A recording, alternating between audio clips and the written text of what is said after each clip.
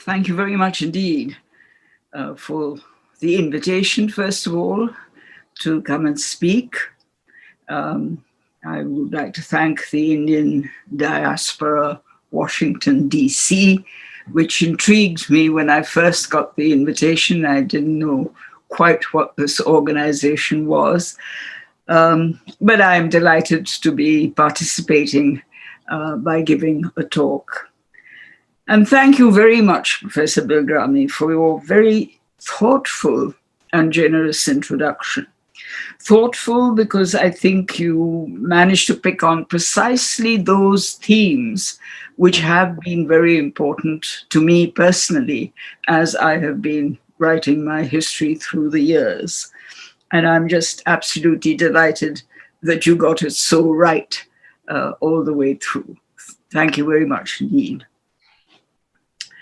My talk today is essentially based on this little book that I published last year called The Voices of Dissent.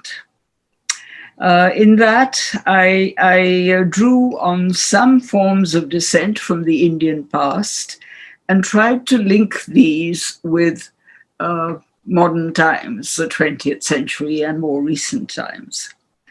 In this talk, I shall begin by trying to define what I mean by dissent, fully aware that a definition is required and all kinds of distinctions are required, which I will not go into in detail. I shall then discuss two broad examples of some dissenting ideas from past traditions, the kind of thing that Akhil referred to as my interests of 20, 30, 40 years ago. And in the latter part of the talk, I shall refer to a couple of examples that suggest a link between the comprehension of dissent in past times with some of the ways in which it has been expressed in our own times now. My interest in the subject is, as was said, not a very recent one, nor was it roused primarily by increasing attempts to disallow dissenting opinion in many parts of the world today, including in my own society. I have been writing on the concept of dissent in pre-modern India off and on for the last half century or so. And I see dissent as central to social and cultural change, a centrality that is not new to history in many parts of the world, but a centrality which we historians of India have tended to somewhat ignore. Even the evolving of what we call civilization is a process that has required both dissent and consent in selecting that which is acceptable and that which is to be rejected. But we pay little attention to these as debates, assuming that the process was always constantly consensual. My other purpose was to suggest that there is a continuity in the presence of dissent in various forms through the many centuries. Some characteristic forms can be recognized as having continued to be effective even in present times. And my examples of all this will come, of course, from the Indian subcontinent and the more recent Indian national movement for independence, as well as our subsequent efforts to establish a democratic society. Let me begin then by attempting to define what I mean by dissent. It stems from a difference of opinion or disagreement, but is not arbitrary. It may begin with a minor disagreement, but is recognized as dissent when it refers to a specific issue of some substance that introduces ideas of change in thought and practice. Dissent, therefore, has to be directed to a matter of importance. It can be a form of protest, although protest is generally more organized. Therefore, it is perhaps better to say that dissent can change into or become a form of protest. A distinguishing and significant feature, in fact, a very significant feature, is that dissent is non-violent. Dissent tends to be more vocal in what we call complex societies that bring together a variety of communities following diverse occupations, social rules, belief systems. The greater needs of variant cultures can encourage dissent among some. The process of formulating the requirements of civilization, for instance, did mean selecting ideas and forms of expression, discarding some and furthering others. And this interplay of conformity and dissent cannot be ignored. Dissent encourages the questioning of the world in which we live, and in this process, alternatives can be formulated. Any advance in knowledge requires questioning existing knowledge. Existing explanations sometimes give way to newer and better ones. Otherwise, there is stagnation. And dissent lies at the root of philosophical discourse, as is stated more than once in Indian philosophical discussion. For example, it is said that when making a statement of some consequence, the first step is to state clearly and at length the views of the opponent disagreeing with the proposed argument, the Purva Paksha, as he is called. The second step is the refutation of this argument by the proponent, the Pratipaksha. And finally, there is a debate or a dialogue of the two conflicting views in the hope for a solution, the Siddhanta. This seemingly dialectical method appears to have been practiced in the debates that are referred to as taking place in the royal courts of early times. For instance, the debate between the Shaivas and the Buddhists at the court of Harshavardhana of Kannauj in the 7th century AD.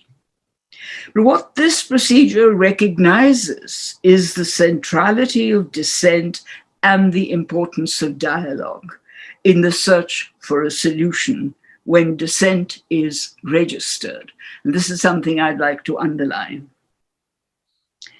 My examples of dissent from early times are from the religions of pre-modern India. This is not because I think that religion is the primary area where dissent is registered, but because dissent can be seen with greater clarity in every religion. Secondly, my concern is not with dissent in theology, but in some social theories that religions construct, especially those that attract a following through explaining human existence. The explanations were diverse. In modern times, however, attempts were made to bring all religious movements in India, other than the Abrahamic, the Christian and Islam, under a single umbrella. They were seen as multiple manifestations of the same religious doctrine with few dissenting opinions.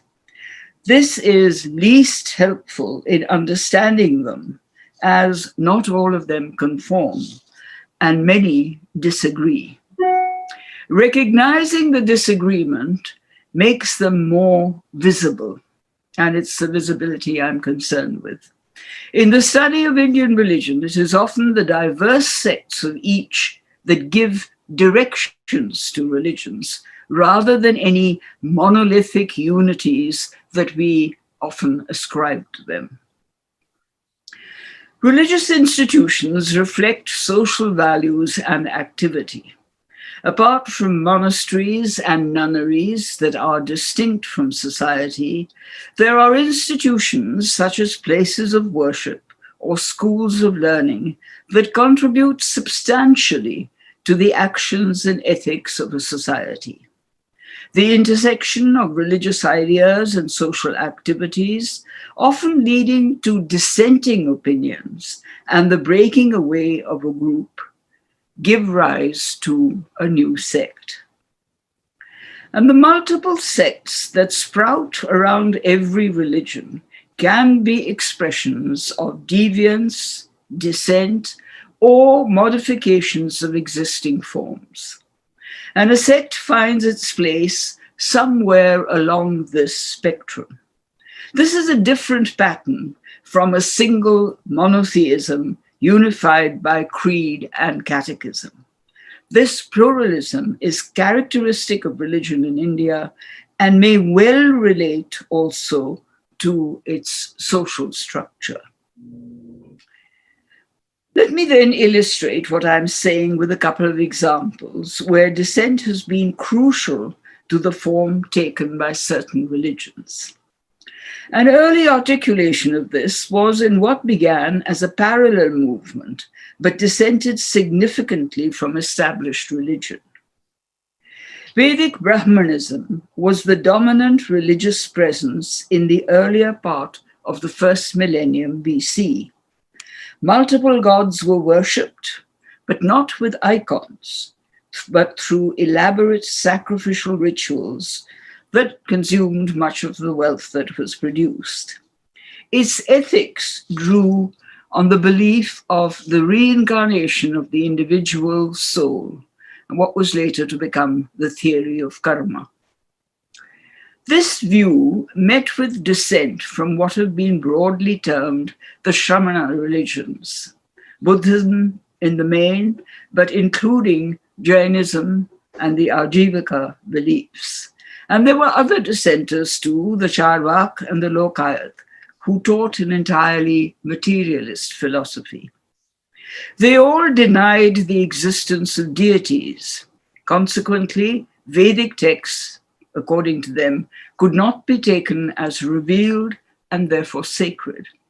Forms and locations of worship differed from the Vedic, as did the definition of reincarnation and possible liberation from it. Causality based on reasoning and logic were extremely important in this view. This dissent was only broadly uniform amongst the Shramanas, as they too in turn registered degrees of disagreement. References to the Brahman-Shramana confrontations are explicit in the edicts of the Mauryan king Ashoka. He pleaded for greater tolerance and harmony among them. The period from the Mauryas to the Guptas is one in which the competition is apparent. And it is only in the post-Gupta period that Brahmanism emerges as triumphant.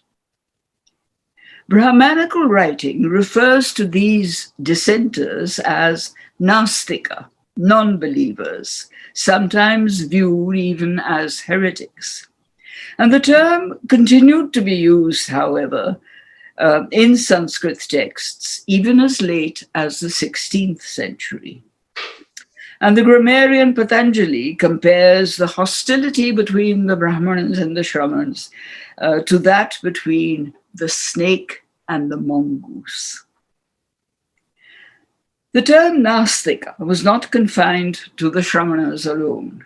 It included all non-believers, all that the Brahmanical thinking were thought were non-believers. Thus, in one 16th century text, the list of Nastikas, non-believers, included the Turushka, a term used for the Turks, for people from Central Asia to begin with, and later on for Muslims. This brings to mind the term kafir.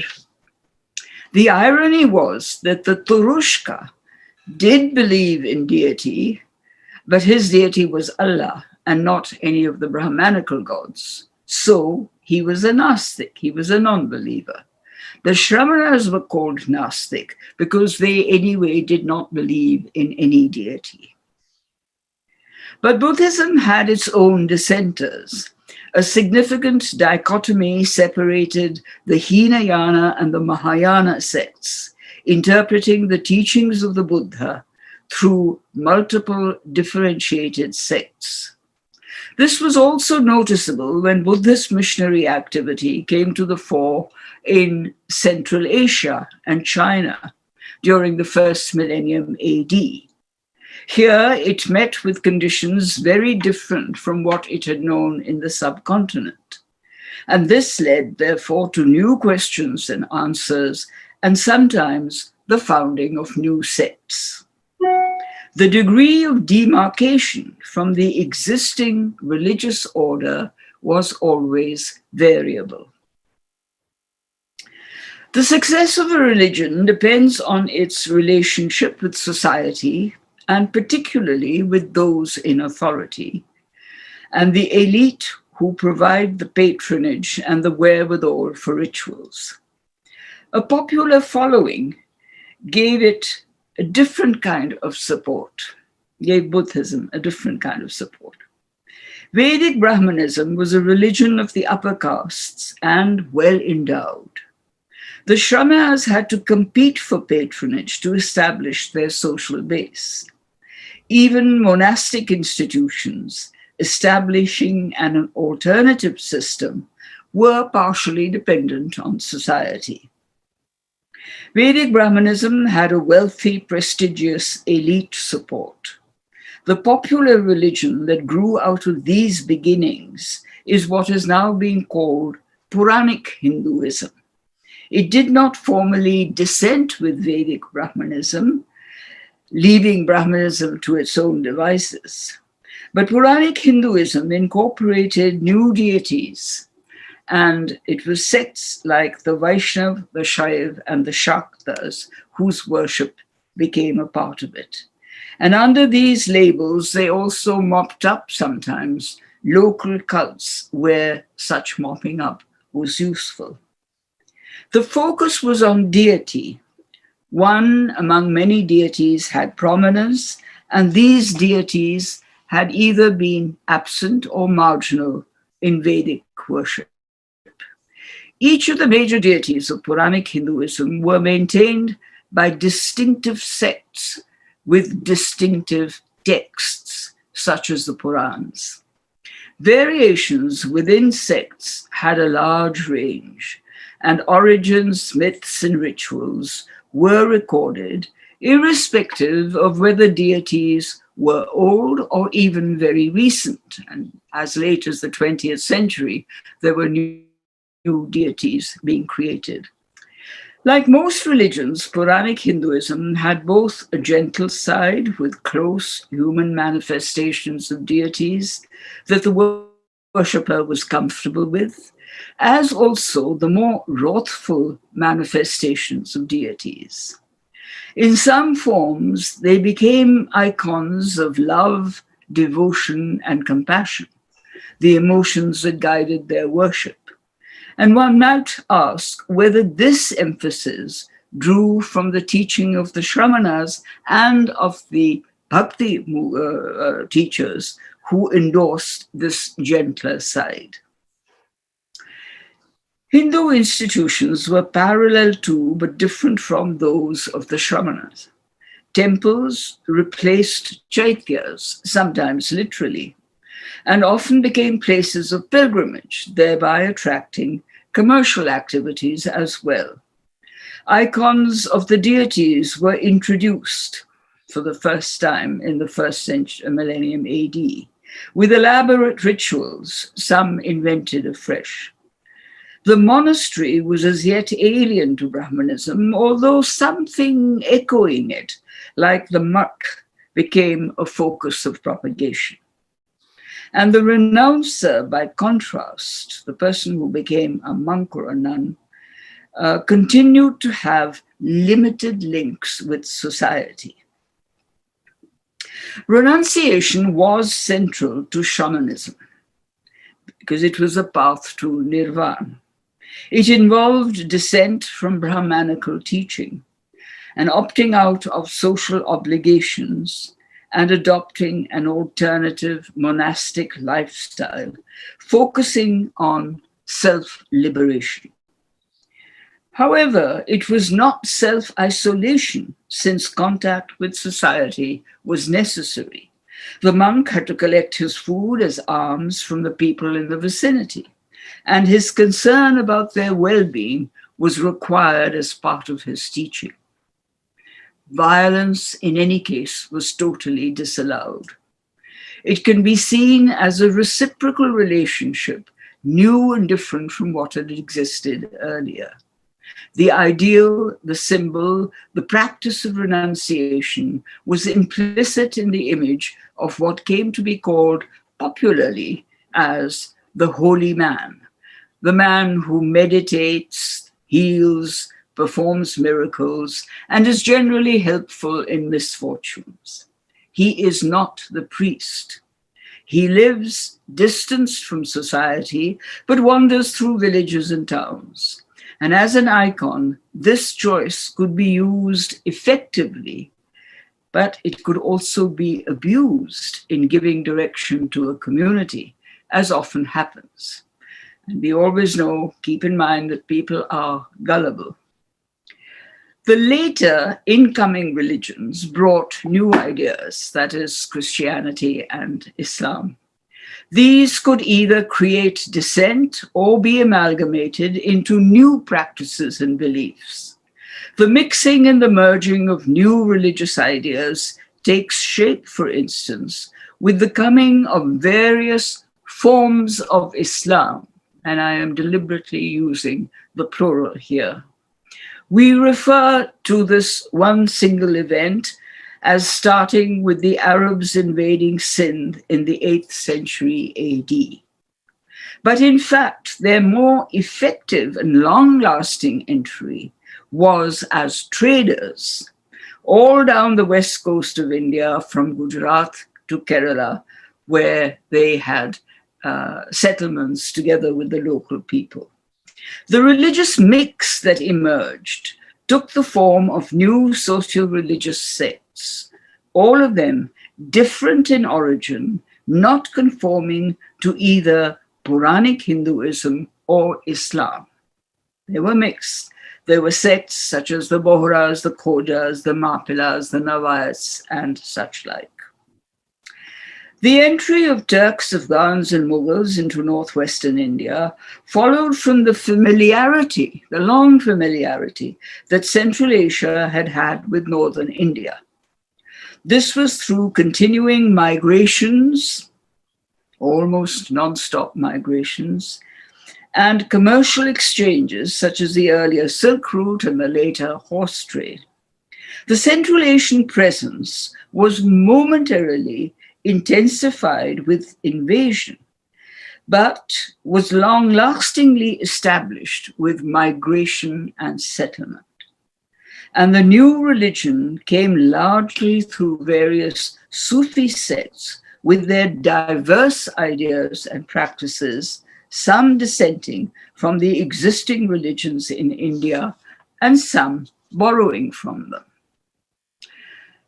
This might explain why the proponents of Krishna Bhakti, devotion to the deity Krishna, the incarnation of Vishnu, were not only devotees such as Vallabhacharya and Surdas, but also came from well-placed Muslim families.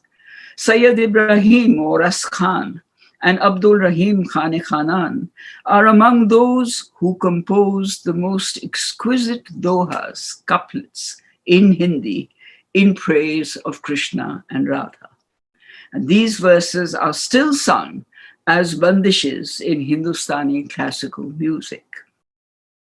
Such devotees were discredited as dissenters by the proponents of established religions, but by both the Qazis, Mullahs, and Maulavis, as well as the Pandits and the Brahmins.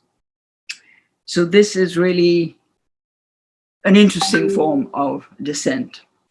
Bhakti, as a form of religion, had multiple nuclei all over the subcontinent. Their verses were devotional and by implication were often social comments. In our times, these multiple sects have been treated as part of one unified monolithic religious movement. They were actually very diverse and responded to specific local religious requirements. They were not defining a single subcontinental religion. The diversity in the dissent is apparent. Each Bhakti Sant, and forgive me, I prefer to use the term Sant. I don't like the term saint. It's too Christian. I prefer the original Sant. Each Bhakti Sant worshipped one deity of choice in his or her own way, with or without rituals, and often through songs, hymns, and narratives in the local language. There was, therefore, an obvious diversity geared to the local region, although there were a few broad similarities. Deities differed, or the same one was worshipped, but in another way, and of course, in another language. So the nuances differed. Generally, little or no mention is made of other bhakts from different places. Neither Kabir nor Mira, for example, mention the Alvars or Nayanars of the Tamil-speaking region. For some, the worship of the deity was paramount. For others, it was the social message of equality implicit in their devotion. Thus, Ravidas describes his utopia not as a paradise, but as the imagined city of Behrampura, the city where there is no sorrow, Behram, because there is the social equality of all. Social equality is also asserted in the ritual of organized pilgrimages among some sects. Those congregating in devotion are all treated as of equal status, and they break two of the fundamental rules of caste. They eat together, and there is no taboo on touch. For the period of pilgrimage, the rules of the Dharma-shastras do not apply. Even in the religions that preach the equality of all in the eyes of God, social difference was marked and treated as necessary. That is, among Christians and Muslims. The separation between acceptable castes and the unacceptable lower castes and untouchables was in practice universal. Places of worship or areas within the normal places were demarcated and segregated. And we need to inquire into the forms of dissent, although not openly so, that the excluded castes may have adopted. Dissent, therefore, was always present. The Purans continue to treat the Nastikas and the Shramanas, the red-robed ones as they call them, with hostility. The Bhakti tradition incorporates dissent in different measures. The interesting question is, when and how, in each instance, did orthodoxy come to accept or to reject the teaching of the different Bhakti sants, and why? In the second millennium AD, manifestations of Bhakti surfaced in different regions. As long as patronage was available for maintaining temples, mutts, agrahalams, mosques, madrasas, dissent was marginal to the orthodox. But when patronage began to shift to the Bhakti and Sufi teachers, then the Brahmins and the mullahs both would have been rather anxious about their own future.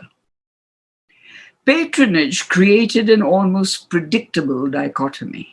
Wealthy patrons, royalty, landowners, traders, and such like contributed the wherewithal for building the institutions for established sects.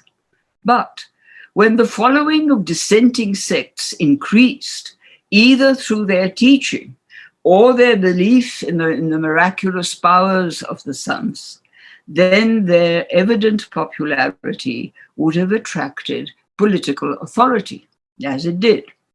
Politics brought in further patronage or brought in disapproval.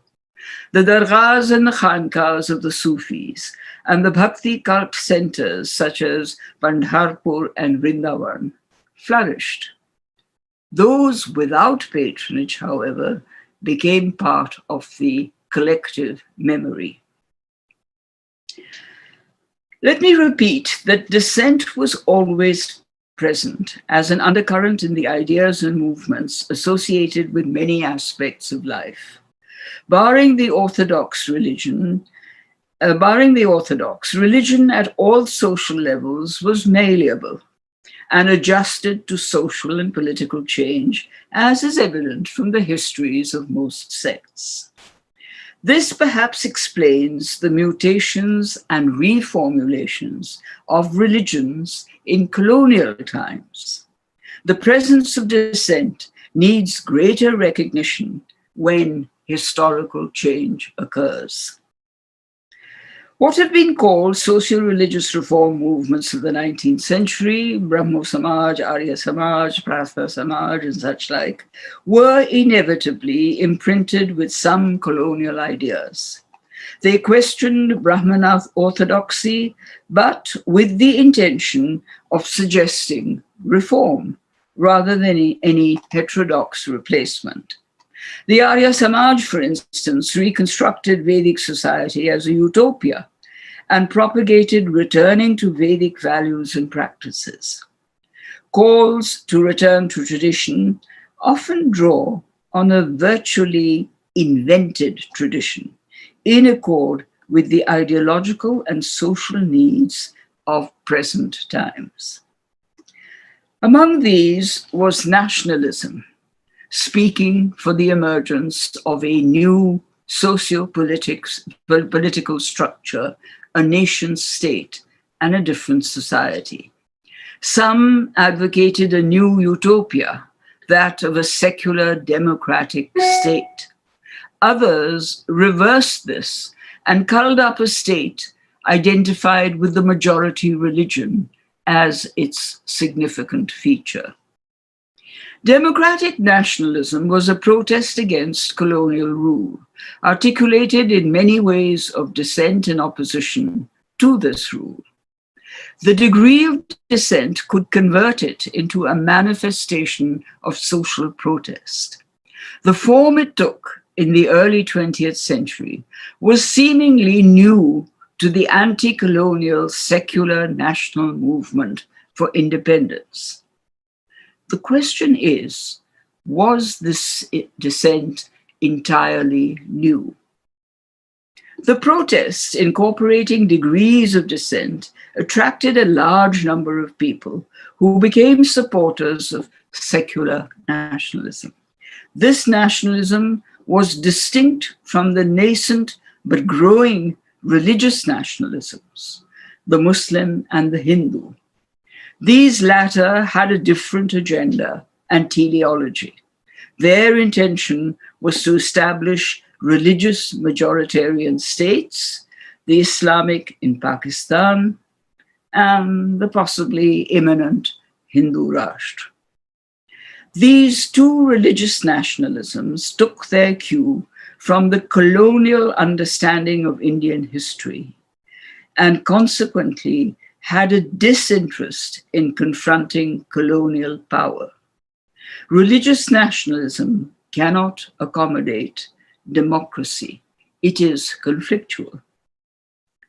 The secular national movement, envisaging a democratic nation state, took forward some of the ideas of dissent, only some, as had been formulated in earlier times. These were more in keeping with the requirements of groups protesting against colonial rule. A few earlier forms of dissent surfaced again. And among them, the two I want to mention were the two that were adapted by Gandhi as among his forms of protest. One was the dharna, and the other was what he called satyagraha. How conscious he was of adapting earlier forms is something that is being currently researched. Mine is just a hint, you might say, a slightly wild idea that grazed through my mind. What I am arguing in this discussion of dissent in early India is that we should look more closely at the links between the past and the present.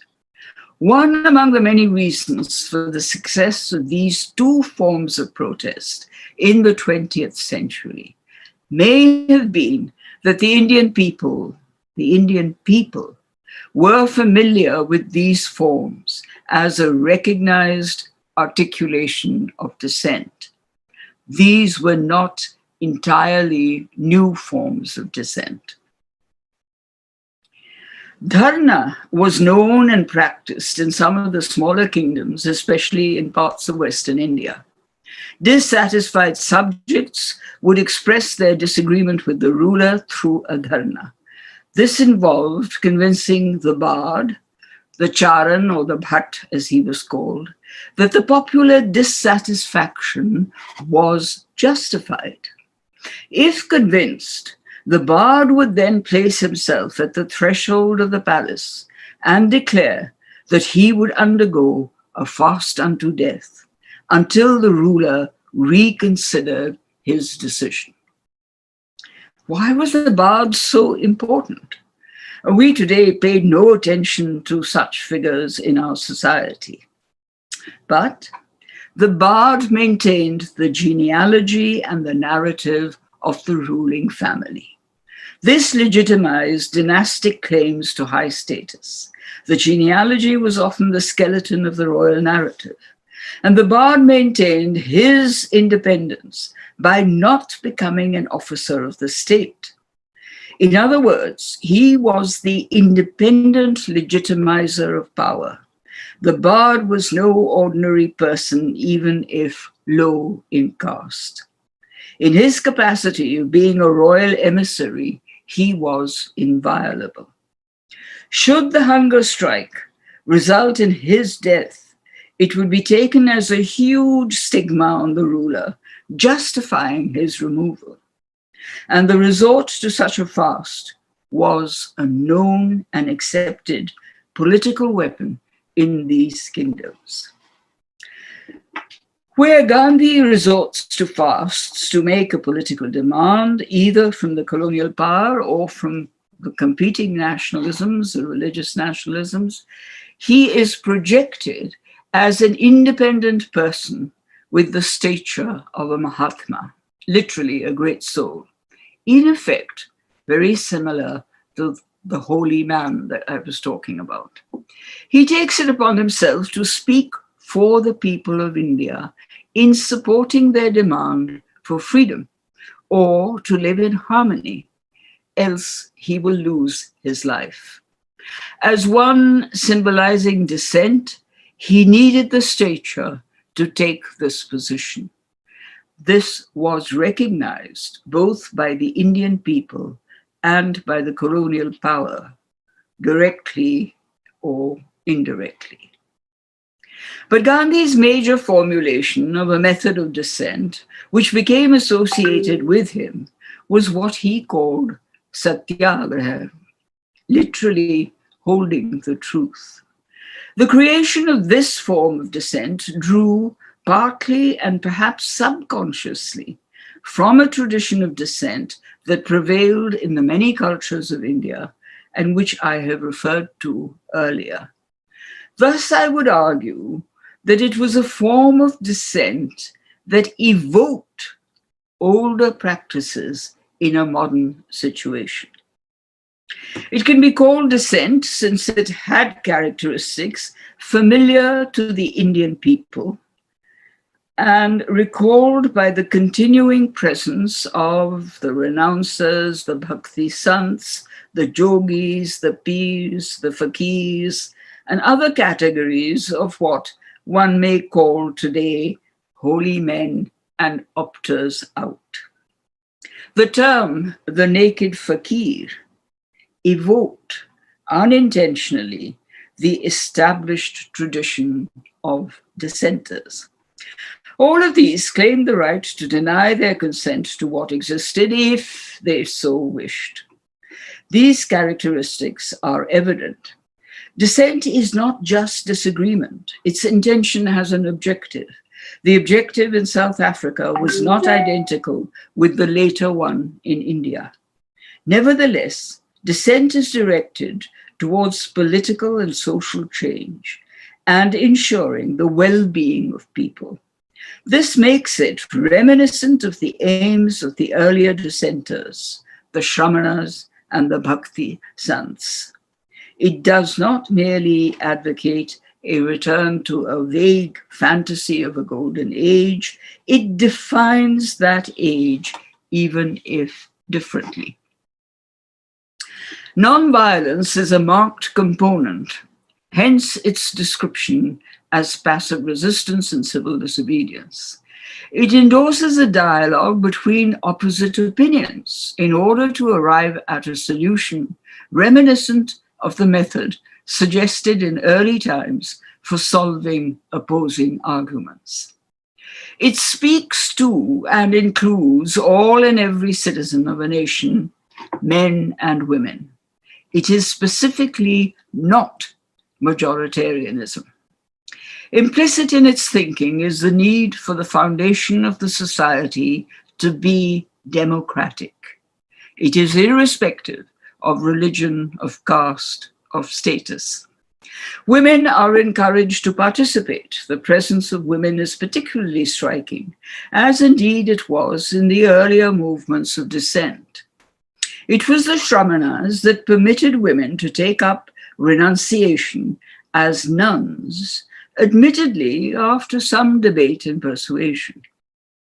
Women sants such as Andal, Meera, Laldev were accepted as teachers. It is often forgotten that the confined condition of women, as advocated in the Dharmashastra texts, is not what was advocated in all texts and practices in past times. Many were different, whatever the degree of difference. The national movement did not necessarily treat all women as liberated citizens. Nevertheless, there were some activities in which it was thought that women could be more active and effective, such as the well-known ones, picketing liquor shops and objecting to mill-made cloth. It was the realization that if dissent is to be effective as passive resistance, it must be the voice of both men and women. And the salt satyagraha was one such. It would be worth knowing in greater detail how such events were given form, who participated, and why, apart from the call of, and why they participated, apart from the call of the Mahatma. It is equally important to ascertain the reaction of the participants to the essential meaning of such activities. After 1947, passive resistance on any subcontinental scale has not been used when disagreeing with the laws of any government. Nevertheless, sporadic expressions of dissent have been and can become the reason for arrest, as has happened earlier under colonial governance and is also happening more recently. What comes to mind, however, are the two recent events of Shaheen Bagh and the farmers' protest in the vicinity of Delhi. Shaheen Bagh and other protests linked to it in other cities had a larger component of women and of students expressing their opposition to the new law, the Citizen Amendment Act of the government, debarring some categories of people from citizenship. The overwhelming presence of women was particularly striking. It was almost a women's movement. The farmers' protest was again against newly formulated laws on agricultural produce. The protesters were non-violent in both cases, demanding a dialogue on the recently passed laws and their future. This also ties into the bigger question inherent to decisions in a democracy as to how these laws were being received by those most closely affected by them. In a democratic society, their voice has also to be heard. Dissenting views today have a new dimension. We are no longer a colony ruled by a colonizer in, for example, the Indian subcontinent. We have been aspiring to function, in India at least, as a nation state that is a secular democracy, as are many others in the world. In this context, protests can also be viewed as a comment on the questions being raised in discussions in many, many places. Does elected representation suffice in conveying what people want? And these are discussions that I think affect the whole idea of democracy. Inevitably, the wider aspects of democracy have to be discussed, such as additional ways of debating disagreements and finding solutions to the problems that we are facing today. How, for example, can we strengthen the institutions that protect democracy? Can the three constitutional pillars that are always spoken of, the legislature, the executive, and the judiciary, be made more secure and autonomous, especially as guardians of the rights of citizens? Such questions are pertinent in the context of how democracy should function now and in the future. The failures in democratic functioning in the past century, in some parts of Europe and Asia that we are all familiar with, resulted in disasters for humanity, and the repetition of that pattern is not called for. One may ask as to what Gandhi would have said to recent forms of passive resistance. A distinction between the colonial situation and that in an independent nation state should be evident when it comes to the role of dissent. The passive resistance of Gandhi asserted dissent and evolved into protest. The legitimacy of such forms in a democratic nation state are better viewed as segments of public opinion. In some polities across the world today, dissent is being treated as an anti-national act. Yet, it is well established that the pivot of a liberal secular democracy is a wide-ranging debate prior to decisions, which has to come to terms with dissenting views. Let me repeat once again what our elders, ancients, philosophers maintained many years ago.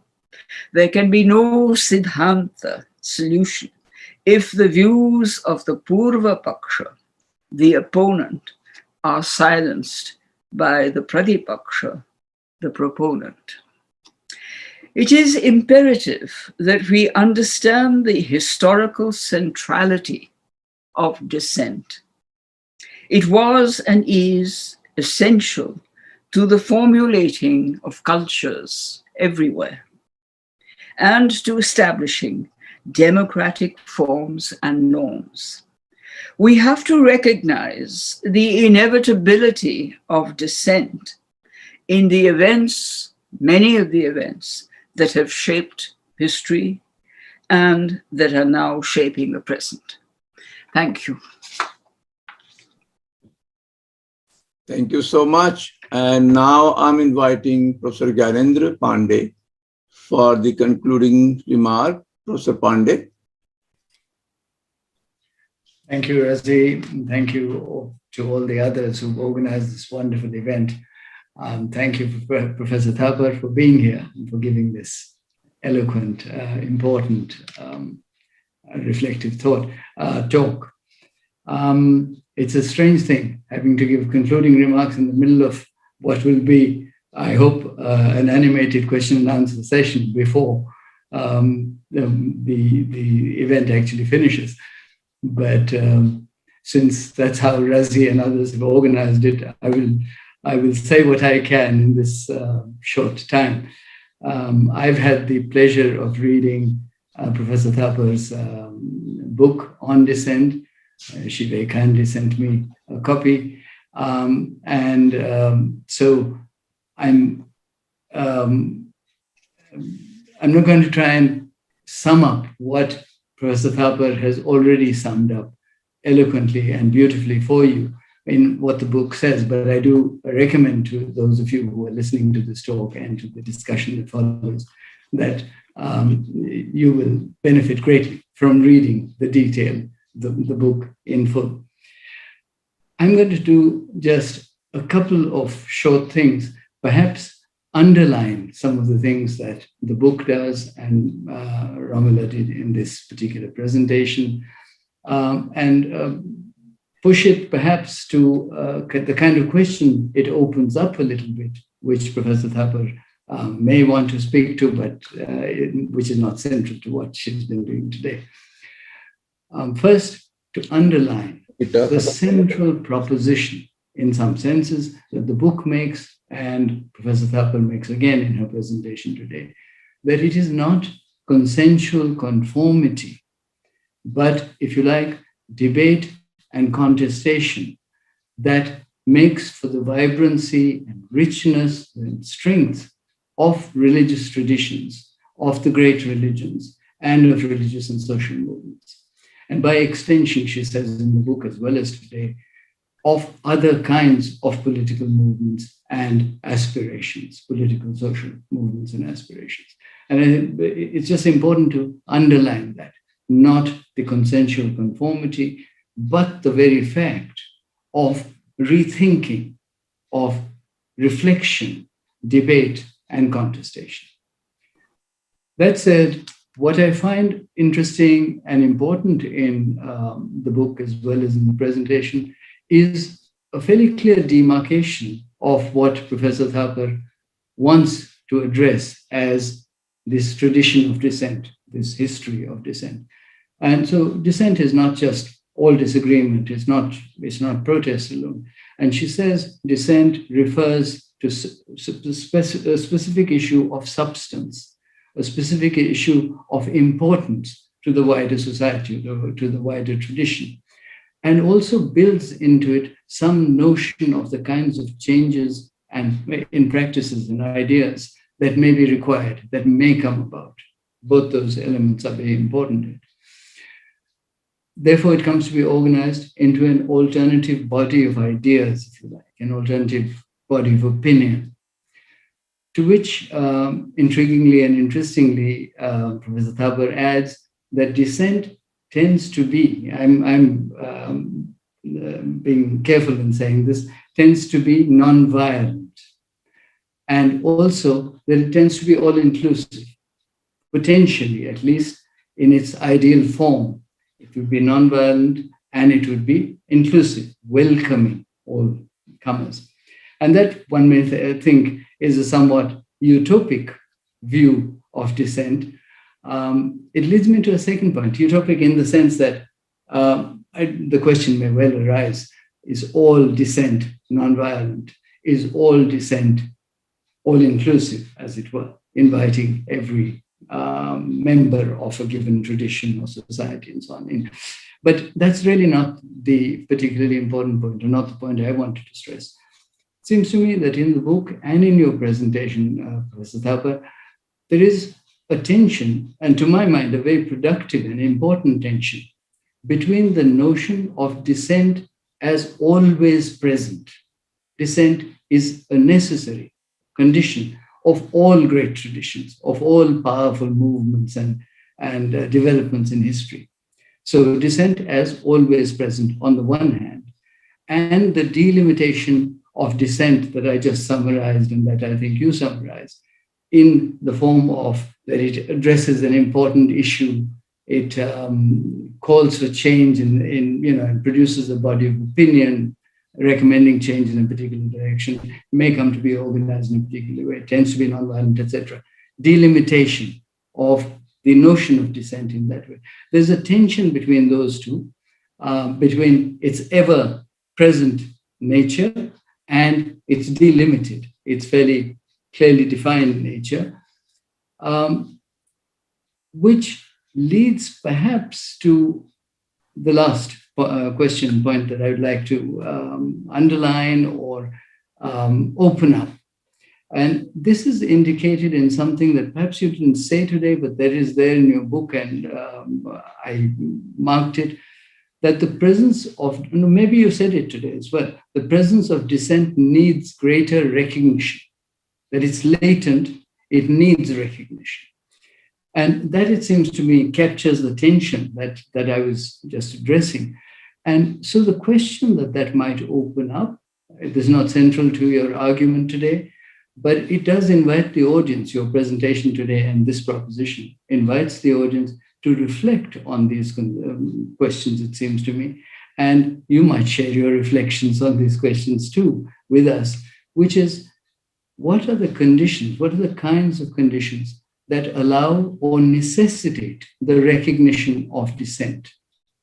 Because dissent may exist, as you say, latent, be there in some form present, but not be recognized as dissent, not be recognized as significant.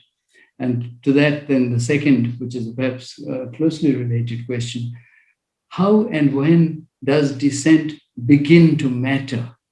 How and when does it make a difference to that tradition, to those conditions, and so on and so forth? And since I don't want to stand between Professor Thapar and the wide audience that we have, I'm going to stop there, but I want to end just on a personal note. I want to end on the note similar to what that Akhil began with. I met Professor Thapar first, for the very first time. There's no reason for her to know this. I was an undergraduate in Delhi University, in one of the colleges. Professor Thapar was teaching in the university. And being the generous teacher and intellectual she would go to almost any college and accept student invitations to come and talk in different colleges. And so I heard her on several occasions then. Professor Thapar was a star then. She was a star already. We were reading her book on Ashoka and the Mauryas with she has become an even bigger star. And that is of importance because in that move, her consistency, her concern, her willingness to address audiences of all kinds, and her willingness and the importance she gives to addressing, engaging, encouraging younger scholars. Yeah? Both of these have been evident all of the time. They continue. I'm not a very young scholar now, but they continue in her encouragement of what I'm still doing. Okay? But with that, I want to say, and this repeats some of the things Akhil was saying, she has always been concerned centrally with the question of the place of history and of scholarship in the making of particular power relations, in the making of particular social and political arrangements in our past and our present. And in recent times in India, in recent decades in India, she and others have spoken up strongly forcefully, with an extraordinary courage on many, many of these issues consistently, the whole of the time, with no concessions, no fudging, in the same way that she has done from the time when I first heard her as an undergraduate when I was an undergraduate in Delhi University, emphasizing the great importance of careful scholarship and the great responsibility of the scholar to address and pay attention to and engage with the problems of contemporary society and the way in which the past affects and the past is represented and the representations of the past affect contemporary society and contemporary debates. So it is not surprising that she has written a book on dissent and democracy. It is not surprising that so many of us wanted to hear her and have had the pleasure of doing so. Thank you, Romila, and over to you and your